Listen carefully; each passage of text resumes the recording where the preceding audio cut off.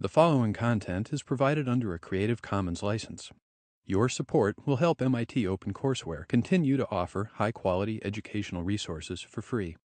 To make a donation or view additional materials from hundreds of MIT courses, visit MIT OpenCourseware at ocw.mit.edu.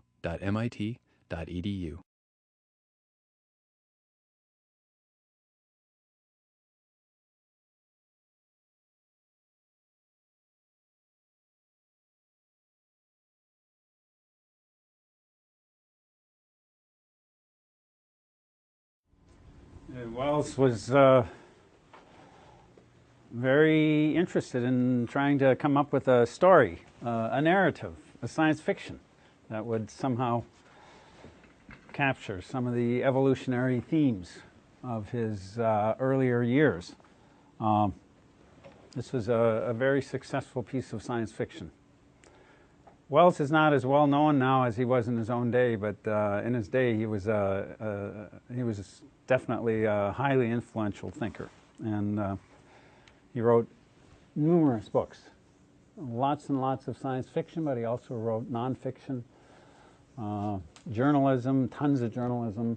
I mean, I read one account of Wells that said he published over 4 million words just in his fiction in books, and then about twice that in his journalism. It's like, so he was a writer of amazing output. But he was fascinated with scientific themes, and especially with evolution. He studied under T.H. Huxley for a short while at the Imperial College.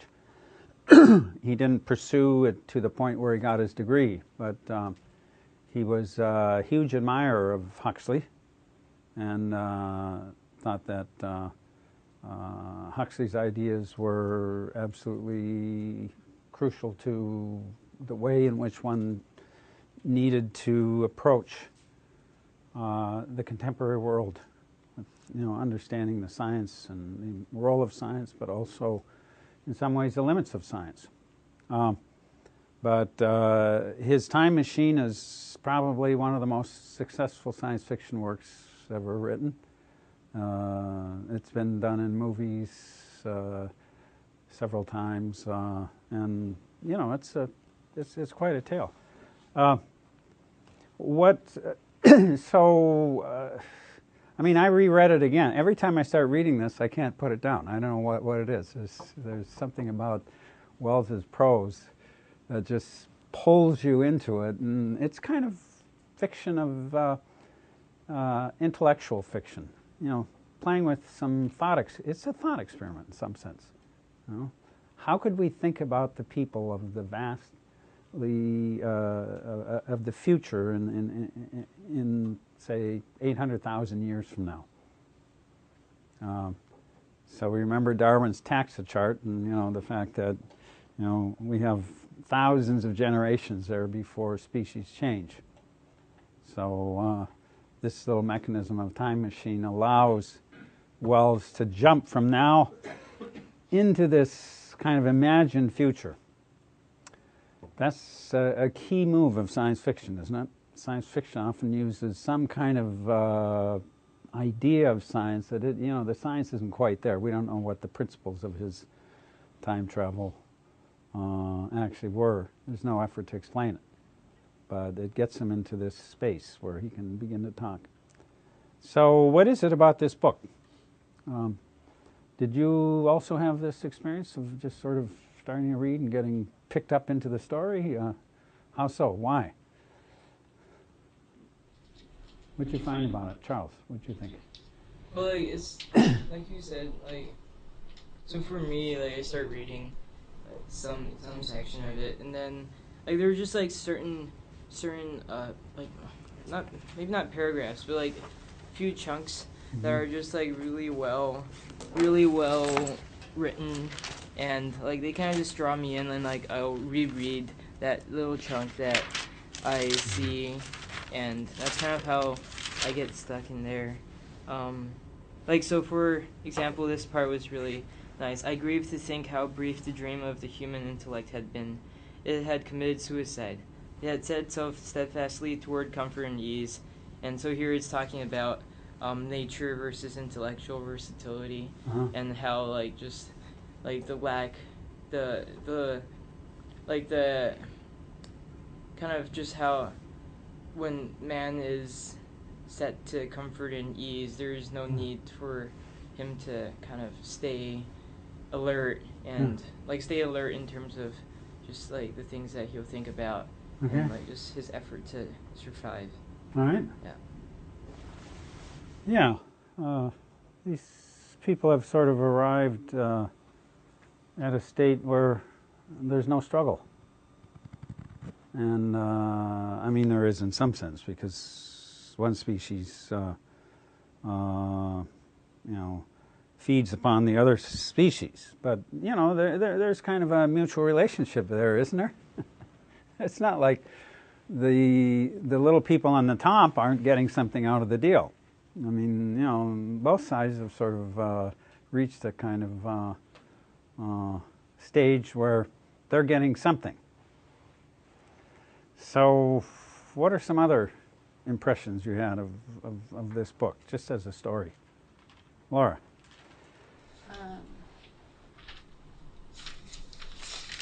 In what sense? Well, just how did you feel about it as you were reading it? Was it? I thought it was interesting because a lot of the other things we've read have been more subtle in this way of like Darwinian thought. Yeah. But this one was really in your face, like these Yeah. two Good point.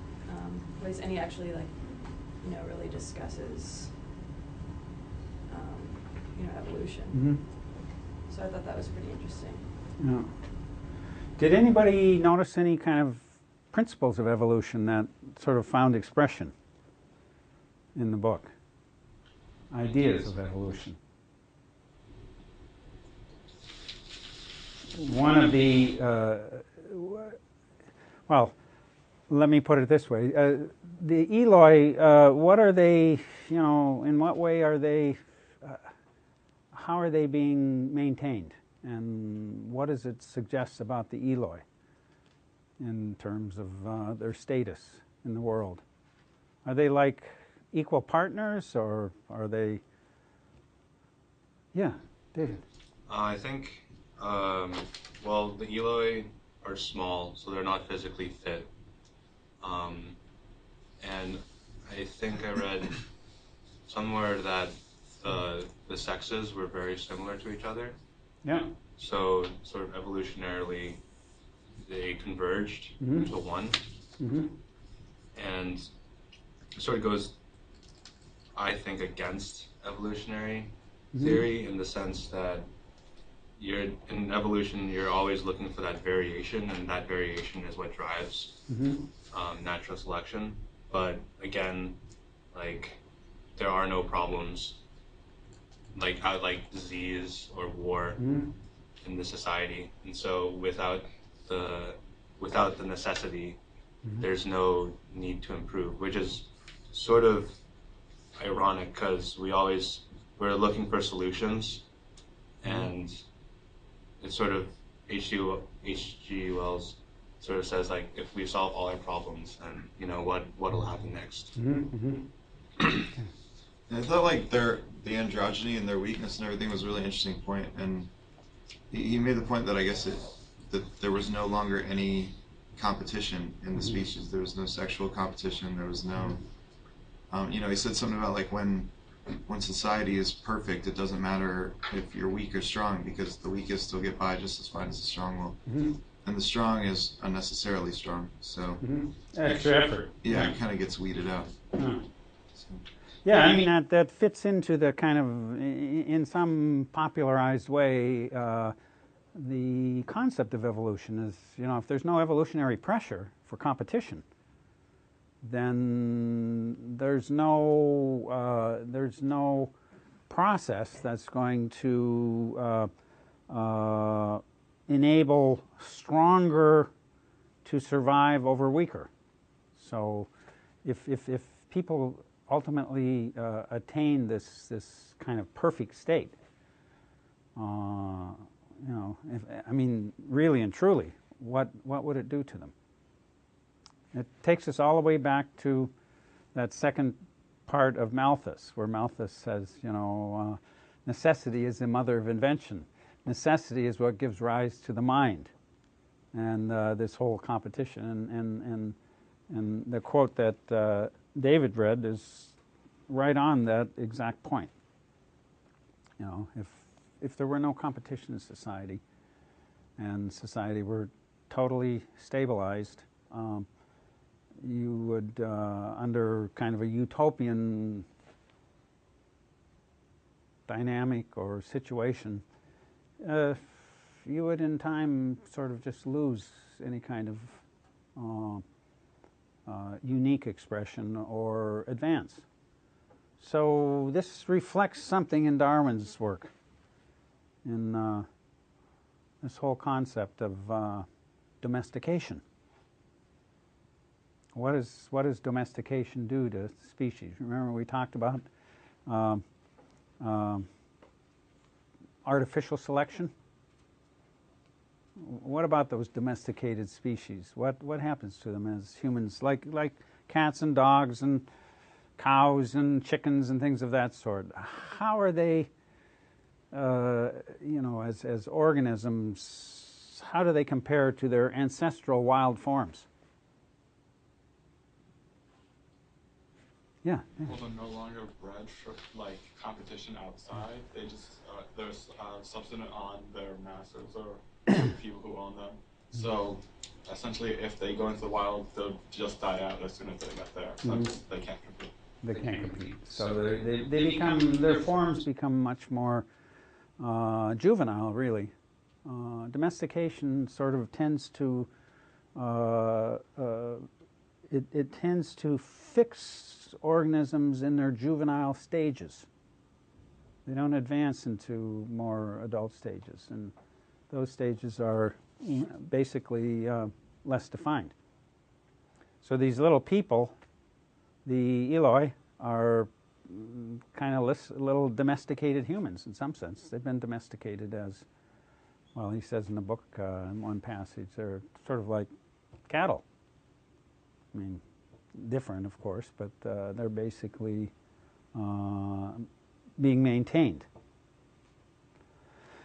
So, okay, so we have this this sort of weird tale of the time traveler. He's found these two different species, and they no longer interbreed or whatever. They, at least theoretically, according to his theory, is that they, as David said, they became separated through sort of a division of labor, you might say, or one group became the source of the labor, and the other group became the consuming group. And as they developed into these advanced stages, they sort of separated into two types of species. And in some ways this reflects some of the thinking of Stevenson in Jekyll and Hyde. What are some of the parallels here between Jekyll and Hyde and Eloi and Morlocks? Where you have there's kind of a division between what used to be one. So obviously, but they're just on different scales. And one of them is thinking in terms of society. What would happen if you just put all of a certain characteristic in one side, and then everything that's the opposite on the other, just separate out, create this kind of gradient. And then obviously in Dr. Jekyll and Mr. Hyde, you have also this kind of separation of good and evil, and how they feed off of each other. There is this interdependency between Dr. Jekyll and Mr. Hyde, just in different ways, and same for Eloi and Morlocks. Okay. Any other thoughts? Yes, definitely. Any other thoughts about Eloi and Morlocks and Jekyll and Hyde? David? They're both kind of like the kind of two forms specialize, and I think in both cases, kind of the darker, more primal form seems to dominate Yeah. the weaker form. Yeah. Yeah. How do they compare? Just you know, I mean, if you had to choose to be, not that you would find which form would you rather be part of? Would you rather be a Eloi or Morlock? I mean, in terms of what are their different characteristics? What are some of the differences? I mean, obviously, one lives underground and has flaxen hair and no pigment in their skins. Yeah. The Eloi really just aren't able to self-sustain. They rely on the, so was it the Morlocks? Yeah, Morlocks, yeah. For everything from clothing to, basically, they'd have no chance of surviving on their own. Whereas the Morlocks, even if they need the ventilation service from the Eloi, they're pretty much self-sustaining. Okay. They seem somewhat capable of doing things. Yeah, they come from this long tradition of maintaining, the status quo, and you could say that this world is a kind of a homeostatic world. It's reached a point of equilibrium. So, in some sense, both parts depend on each other. But certainly, the Morlocks are the ones that have at least some elements of ingenuity still. They maintain machines. They produce all the goods and things, simple as they are, that the Eloi consume, and they basically take care of things. Their only requirement is they sort of they dine on Eloi. So this is a very efficient world, isn't it? But what about the Eloi? What are their qualities? I mean, the time traveler prefers the Eloi, doesn't he? What does he say about the Morlocks? And how does that compare? Remember what they said about everybody who meets Hyde? What do they say when they're in Hyde's presence? Something that Hyde is something that they don't like, communicates something. And that same type of dynamic is or interaction is the time traveler's response to seeing Morlocks. He doesn't like them. They're somehow inherently negative, evil. So yeah, there's there is this sort of this development and teasing apart of different elements. I mean, would it be fair to say that these are two parts of a unified human psyche, or in some sense expressions? What about the what about the Eloi? What is it that the time traveler finds attractive? Casey? They just obviously they're in the light, so kind of in the light, so it's kind of just obviously he's not gonna like people in the dark. It's just, and they kind of just seem to have everything going for them, with the exception of the fact that they can't do anything for themselves. But he just kind of likes. They play in the sunlight. Yeah, Laura. I think maybe he just relates to them more because in some ways it's sort of a social commentary of higher and lower classes. And it seems that the time traveler would have come from a place in society where he was sort of not of the working class, more of a higher class where he can sit around and talk about time travel and things. So maybe he just relates more to this, the epitome of a higher class of beings that don't have to work for themselves. Okay.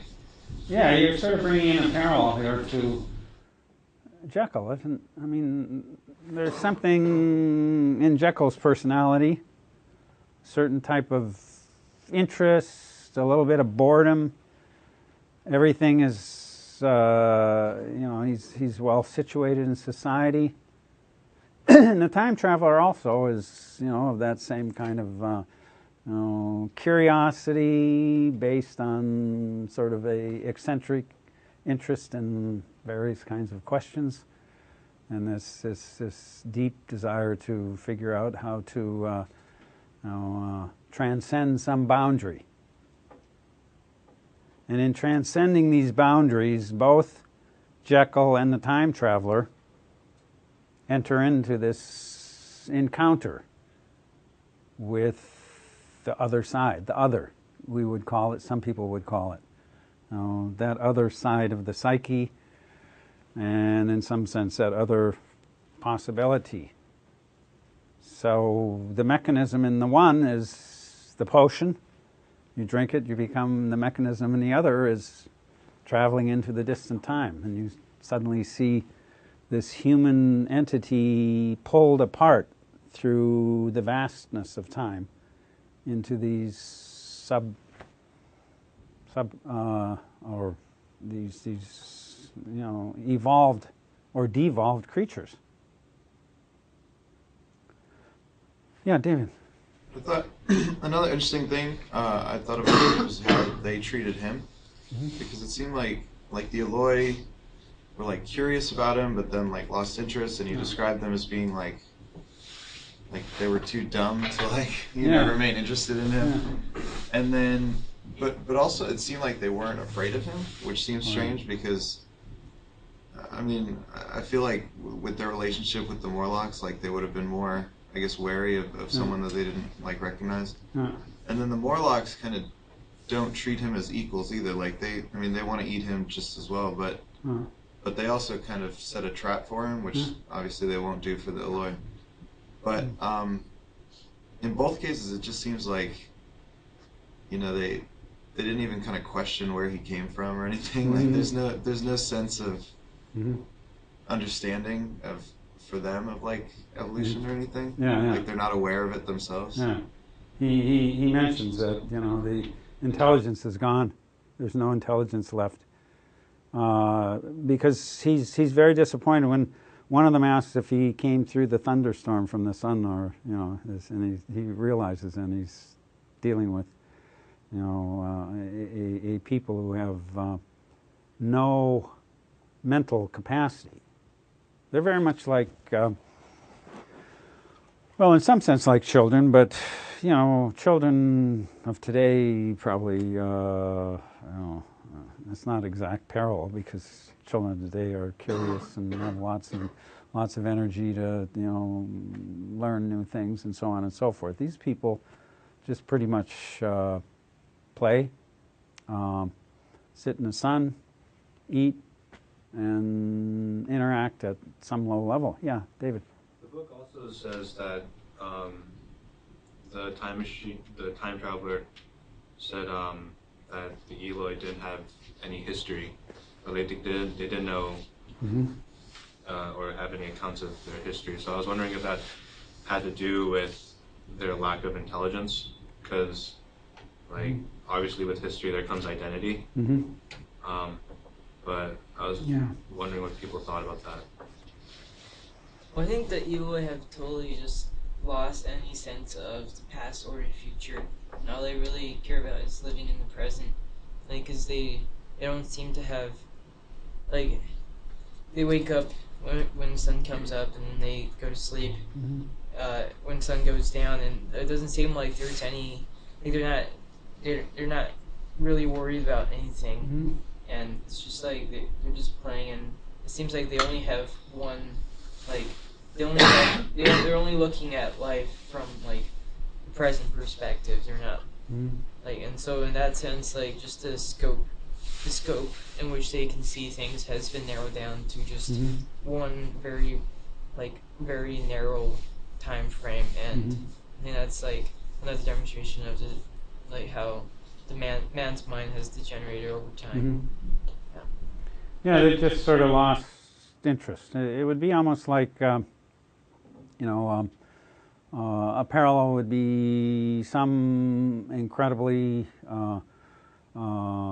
wealthy individual who had been, satisfied in all dimensions. Everything is taken care of this person, and so forth, and gradually loses interest in doing things.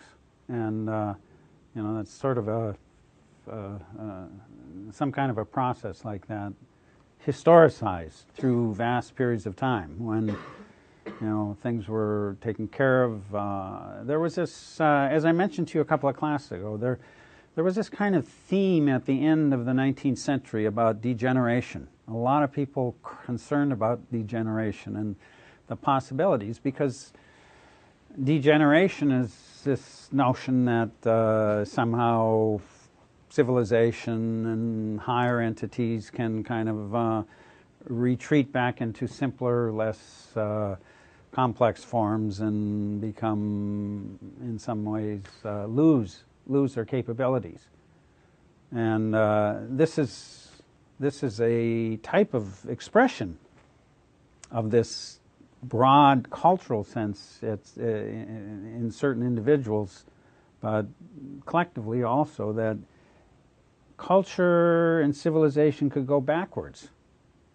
I mean, don't you hear these narratives even today? I mean, sometimes you listen to political narratives, we're becoming, our society is losing its capability to vigorously express itself and so on and so forth. I mean, degeneration is always a kind of narrative that's available for people who want to speculate or say certain types of things about contemporary times. And Wells has kind of picked this concept up and in some ways brilliantly sort of projected it into this this world of a post-evolutionary world. This is the end of history, the end of culture, the end of civilization. Because those are all expressions of this human effort, as Huxley said, this human effort to kind of come to terms to create the garden. And the garden is always at risk in being taken back by the state of nature. Well, so that's where some of Huxley's ideas made it into this book. This is the garden. The time machine is, you've arrived at the garden, and it is established, and you are now seeing its long-term expression. And we all like to think of the garden as a highly desirable place, as indeed it is, but stretched out through vast periods of time, a state in which everything was taken care of, everything was beautiful, there was no more conflict, would ultimately, in Wells's speculation, would ultimately result in a degenerated form of humans. David. They talk a lot, like when they're in like the present time. Mm-hmm. They talk a lot about like what the future of mankind would be like and all the technological innovations. But then it's interesting that he chooses to go way beyond that. Mm-hmm. And even when they visit the museum, yes, which I thought was really interesting, and yeah. that it seemed kind of totally out of place. But then, yeah. like the innovations in the museum Yeah. weren't all that advanced anyway. Yeah. Like it Yeah. seemed like he kind of didn't want to foray into that kind of speculation about he kind of just yeah. Well, like there was I don't remember if I had you read that section in Erewhon. Erewhon had a section on the museum where after they pick up the Erewhonian traveler, they find his watch and they take him to the museum where all these old machines are and so forth. And they sort of look and they see the watch, and he sees all these sort of machines that used to exist in Erewhon, and he's being punished partly because he's reintroduced a machine into this environment. This is an echo way back in Wells's book of this kind of this museum. It's a great device because, as you say, it sort of reflects on a past that existed. But what does he get out of it? Well, he gets some camphor to create the fire, some more matches, and he breaks off a lever from one of the machines to use as a weapon. That's all the good he can get out of this this palace of green porcelain. Yeah. I think like as a reader, I like really wanted some kind of more obvious vestige of like the humanity that we're used to, you know, like the world that we're used to. Yeah. And so that's when I was so interested to see like, you know, the airtight glass display case and thing like that. Like finally it's something familiar to us. Yeah.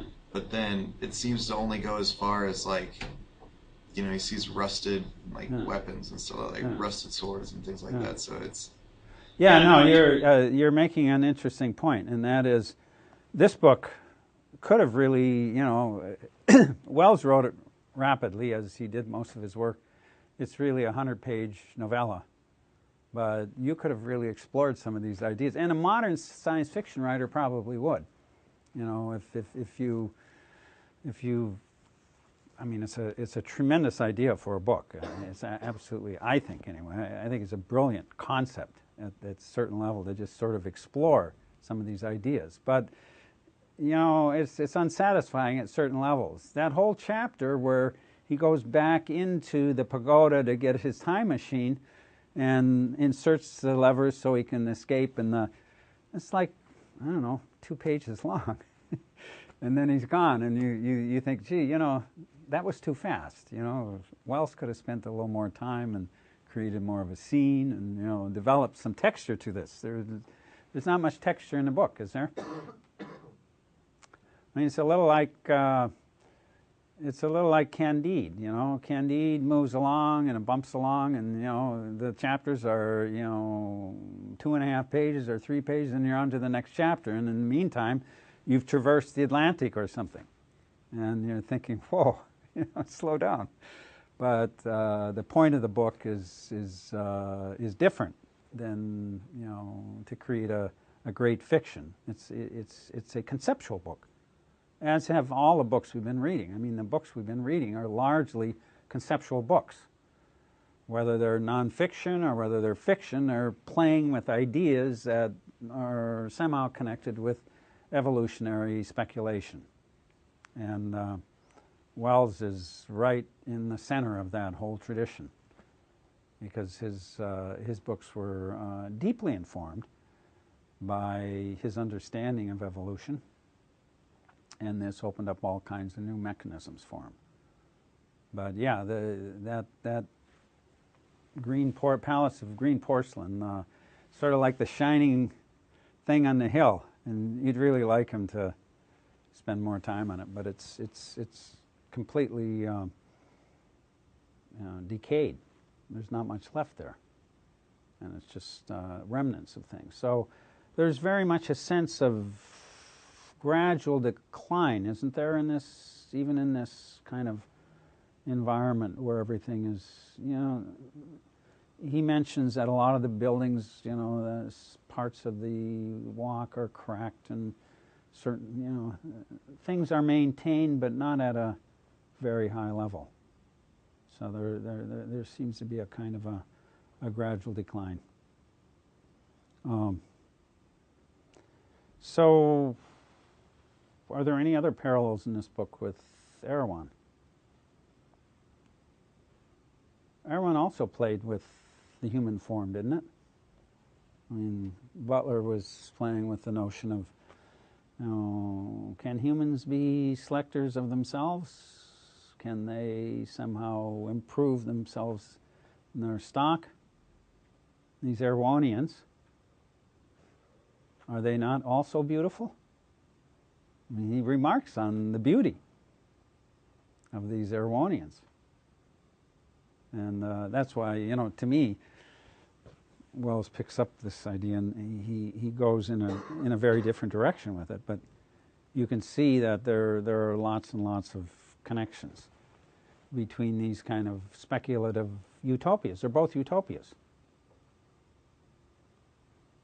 Erewhon is a utopia of a different type, but it's also a utopia in which machines have disappeared through the choice of people. And the Time Machine is a utopia in which machines have disappeared underground. They're down there someplace. But the Eloi, could they run them? I mean, they're basically like children. But they do maintain one last capability that ultimately is meaningful to the time traveler.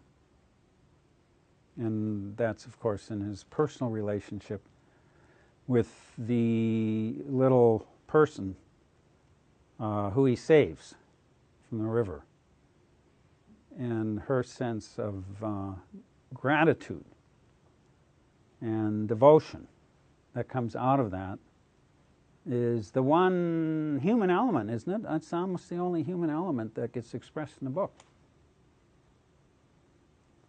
It's the thing that keeps him somehow engaged with these people.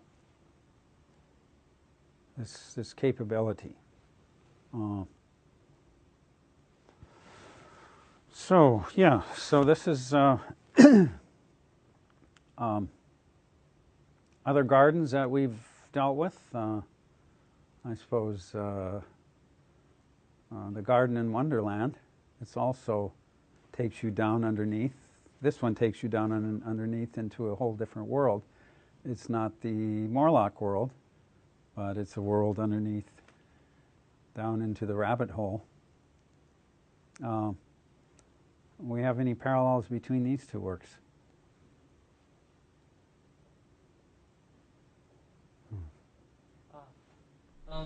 So, just like how Alice goes around and after every encounter of something new in this world, she tries to form an idea of how the world works and how to explain things, like what to predict, what not to predict.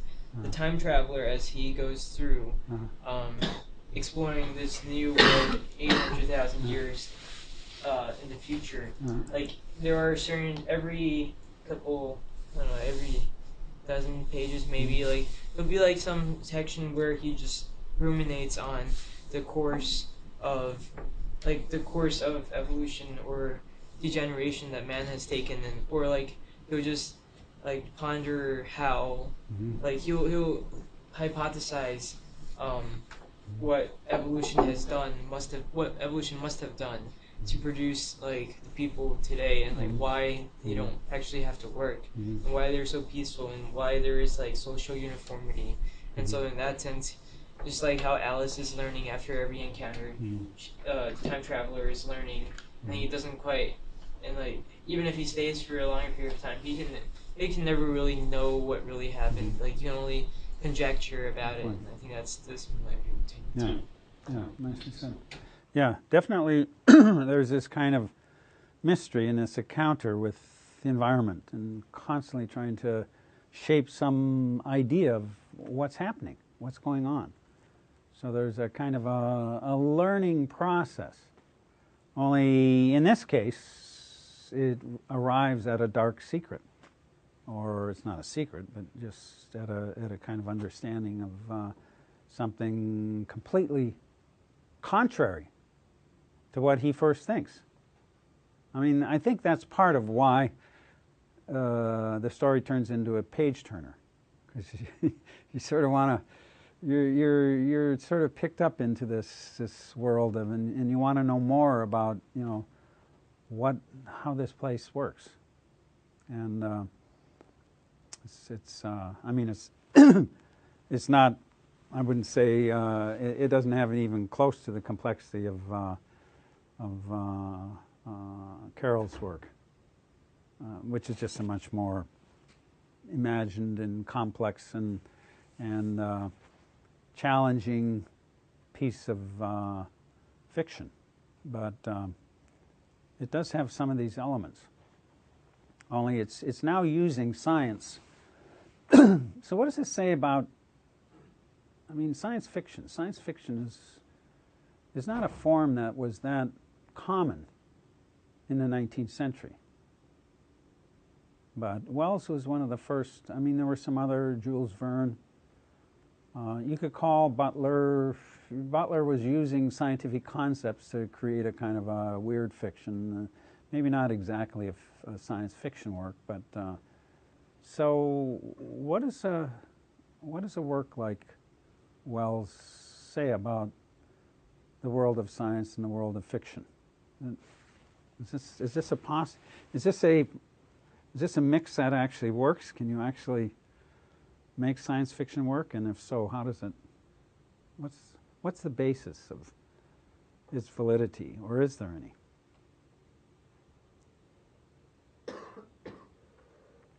David. I think like science is so much about like discovery and answering questions, and like there's always been like a kind of curiosity associated with it.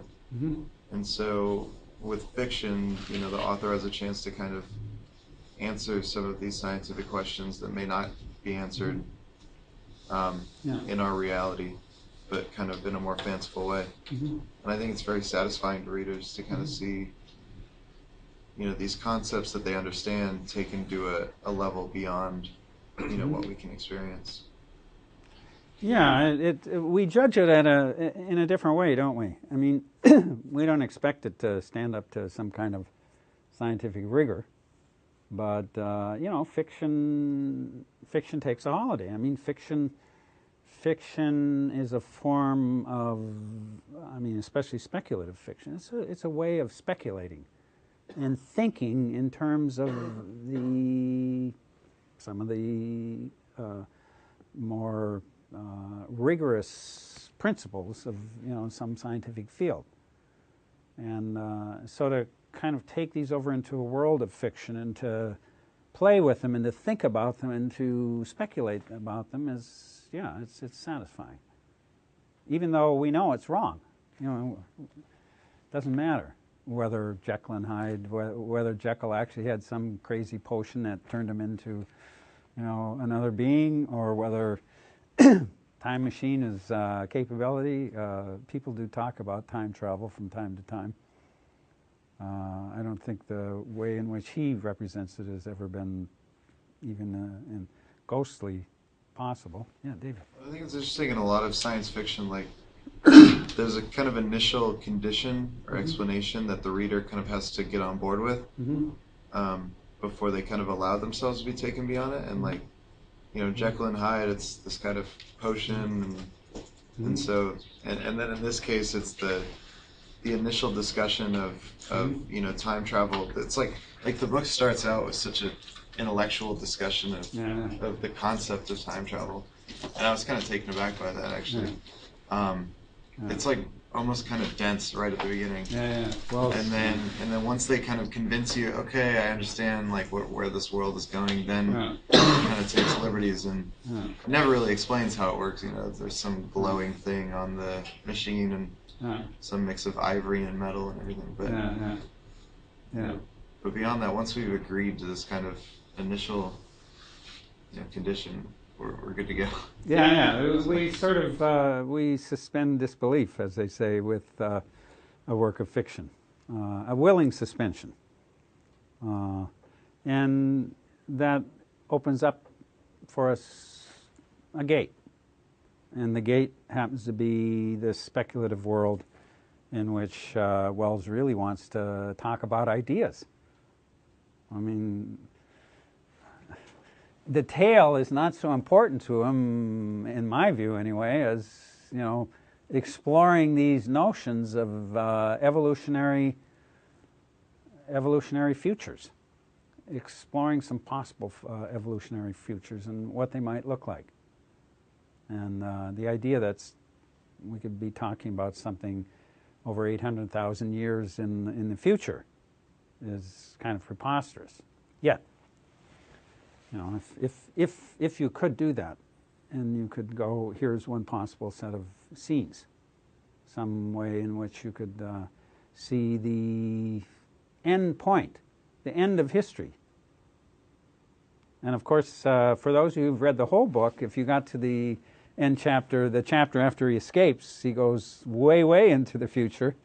What does he discover there? Well, heat death. What was called heat death in the 19th century still, and that is, you know, the fact that there's going to be an end to the world. The world is going to there are various theories, but I think the contemporary. Is anybody here up with the contemporary astronomical projection for how the sun will die? It will become a giant, will it not? It will sort of expand into this vast, and the Earth itself will sort of lose its diversity. Yeah. That chapter 11 was nothing short of riveting poetry. Like, by the time I got to chapter 11, I put the book down, like, holy wow. You know, and did anyone else if you get a chance, like, just read chapter 11. It's only like 2 pages long, but it's his description of, you know, it's just the slow death of not just the world, not just mankind, but the entire universe seemingly just collapsing on this one spot. You know? Yeah, that's kind of the book has been illustrated in some cases by some, and the illustrations are always excellent for this book, because it's just it's visually I mean, wouldn't you say it's visually a impressive book? Just the visual, not even that he is. I mean, the descriptions, a lot of his descriptions are just super brief, as we were saying. You know, it's a novella. It's a very short piece, but at a conceptual level, the way in which the different the little children, the little tiny people, and these creatures with no pigment in their skin, and you know, I mean, visually, it just kind of assaults you.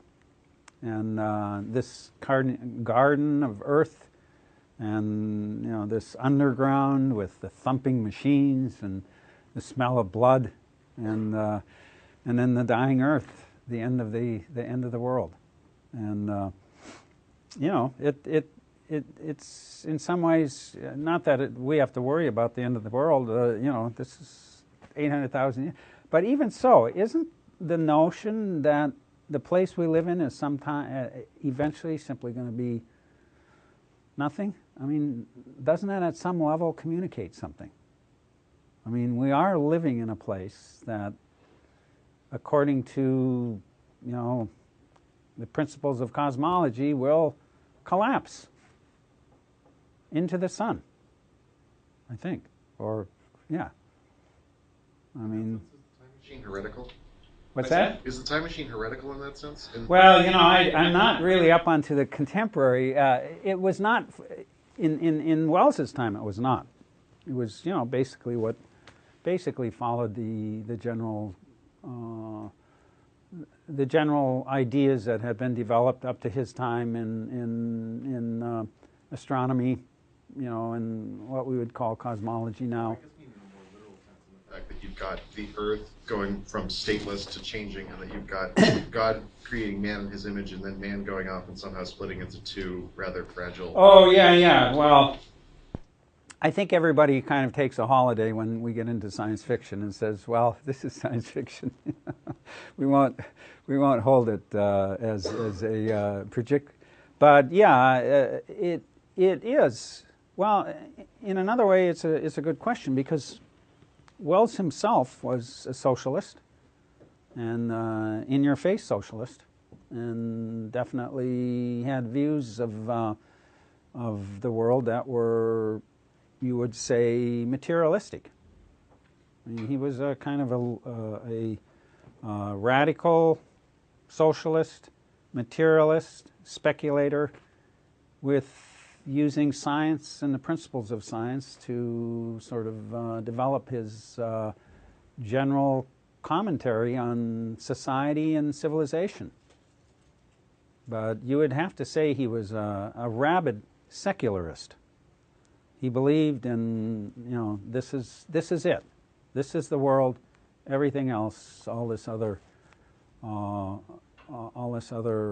part of culture associated with religious views and so forth was just, in Wells's view, not a serious proposition. David? Yeah, I was thinking about that in terms of, like, you know, design and how we think about it. Like, it's very clear where he comes down on that, like, just from reading it. And you can imagine if the book was written by, I guess someone that was very religious or something like that, and was to express their ideas, the religious expression would be that humans are always kind of ascending to kind of a higher state of consciousness or existence or whatever. Yeah. And so the future that he describes, I think, isn't the same one that like a religious person would conceive of. It's the earth without humans. There are no humans living at this time. It's just crustacean-like creatures crawling around on the surface of the earth, and those are the final or late-stage conditions of existence that allow some creature like this to survive. But no more Eloi or Morlocks. They're long gone. What I thought really stuck out throughout the whole book, and there was really not even a discussion of it, was the Sphinx, and how it's kind of an anachronism in the world that he's created, because it's such a historical image. It's the Sphinx is even ancient history to us, and yet it's a relatively new statue. It's shiny, it's engraved and all this kind of stuff. And so I just kind of always wondered why that of all things was it's like still a centerpiece of their society when nothing else remained. Good question. I've often wondered that too. Is just why did he choose Sphinx? Does anybody have a theory? The Sphinx, of course, is a symbol of mystery, and the unknown, and the sort of unutterable, and so, at some sense, it's a conundrum, a symbol of the conundrum, and it reigns over this. It's an image that is in the book, and he comes back to it a couple times, and it's sort of like, you could say symbolically it works to say something about the mystery of time and how completely unable we are to project in a highly complex world what things are going to be in the distant future. That's the closest I can come. Yeah. It could also be like the physicality of it, and that it's a man's face on like a different form. Okay. Yeah, no, it's it certainly is an important. It's a really important part of this. Maybe the only major symbol in the book. He uses the word automatic civilization. This concept of the automatic was beginning to become part of the cultural discourse of the time, the notion that you can automate. And we're very much still into this mode of thinking, of automating things and making things self-maintaining, creating a kind of a world that, so in some ways, although it's clearly a work that was written over 100 years ago, some of the lines of thinking are still present in the way contemporary people think. And the other thing I was going to mention is he uses some of the terminology he uses in this book is very standard communist terminology. He talks about the conquest of nature. This is a big thing in the communist discourse of Wells's time. But Charles and I were talking the other day, and we were sort of, I said something, and we discussed this a little bit. I said, in some ways, this book seems to be almost like a satire on the perfect state of communism. Because if communism actually arrived and produced this perfect world for everybody, and each according to his capability, each according to his needs, and so on and so forth, and perfect distribution of resources in a kind of a static society, you would think we'd ultimately reach the perfect stage. And yet, and they have here, but what do you get? You get these kind of degenerated forms. So in some ways it's, even though that Wells is associated with this movement, I've often wondered if, it seems to me to be kind of satirizing this whole concept of everybody having, the perfect state. We already talked about the family structure of both cultures. No. I mean, one question I had was, for example, the Eloi. No one seemed to be concerned that Weena went missing for quite such amount of time. And when I started thinking about it, I realized I didn't notice any references to any kind of nuclear family or group. And when I contrasted the Eloi with the Morlocks, it seems as though the Eloi are extremely individualistic. They have no threats apart from the Morlocks anymore. They have food taken care of for them. They just go, they frolic, each to his own. Whereas in the Morlocks, you've got exactly the opposite case, where they kind of act as a super organism. They seem to have no real selves onto their own. Apart from what I really read. And instead, they act as kind of this network that continues. That's a good point. And so, in terms of the social structures of the two groups, they seem to be diametrically opposed. Really. So. No, that's a good point. They work collectively because they maintain machinery. They do all sorts of things. We don't see it, but yeah, and they harvest they harvest Eloi. They go up and so. It's definitely, there's a level of organization there that is totally missing from the Eloi, who have, I don't know how you characterize it, attention deficit disorder, I don't know. They all sort of can maintain a certain amount of attention, and then they lose it and they're on to something else. And they even seem to, as you say, that's an excellent point. They're different. And that also can be brought back to evolutionary principles. The fact that, the nuclear family, the family and family social structures have adaptive value. But when everything is pretty much just taken care of and you have a static condition of existence, these things are extra energy. You don't need to use the energy. And so a lot of things theoretically under those conditions would just break down. Just as if we look at domestic animals, they probably have only remnants of the social structures that their ancestral forms had in order to survive.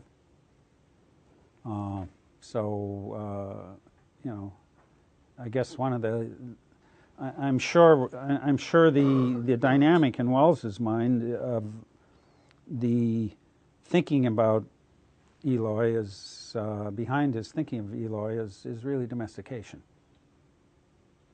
And so if you really want to understand who the Eloi are, you go back and read Darwin's first chapter, Variation Under Domestication, and and then.